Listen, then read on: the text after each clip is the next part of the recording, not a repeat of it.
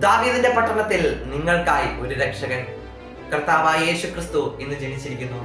അത്യുന്നതങ്ങളിൽ ദൈവത്തിന് മഹത്വം, ഭൂമിയിൽ ദൈവകൃപ ലഭിച്ചവർക്ക് സമാധാനം.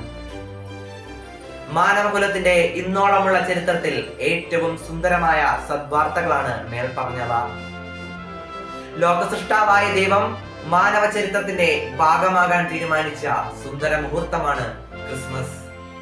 സമാനതകളില്ലാത്ത സന്തോഷവും സമാധാനവും വഹിച്ചു കൊണ്ടുവരുന്ന ഒരു സുന്ദര കാലം നമുക്ക് നൽകുന്ന പ്രത്യാശ ചെറുതല്ല. ആശങ്കകളുടെ നടുവിലാണ് ഈ ക്രിസ്മസ്. ഒരു മഹായുദ്ധത്തിന്റെ പടിവാതിൽക്കലാണ് ലോകമെന്ന്. യേശു ജനിച്ചു വളർന്ന പാലസ്തീനിൽ മാത്രമല്ല ഈ ആശങ്കയുടെ നിഴൽ നിലകൊള്ളുന്നത്. ക്രിസ്തു ജനിച്ച ബെത്ലഹേം, ക്രിസ്തു വളർന്ന നസ്രത്തിലും ഈ ആശങ്കയുടെ നിഴൽ നിലകൊള്ളുന്നു.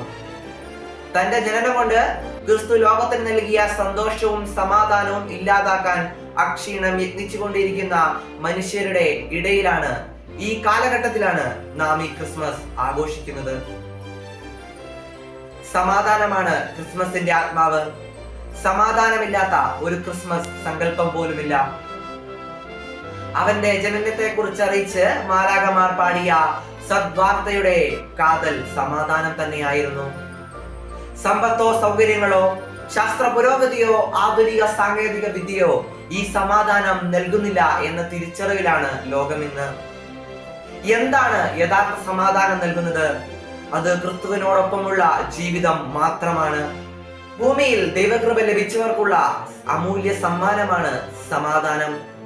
ഈ ക്രിസ്മസ് വേളയിൽ ഓരോ വ്യക്തിയുടെയും ജീവിതത്തിൽ സന്തോഷവും സമാധാനവും നിറയട്ടെ. അങ്ങനെ ഓരോ കുടുംബങ്ങളിലും ഇടവകകളിലും രാഷ്ട്രത്തിലും നാടിനും ലോകവും തന്നെ യഥാർത്ഥ സന്തോഷവും സമാധാനവും അനുഭവിക്കട്ടെ.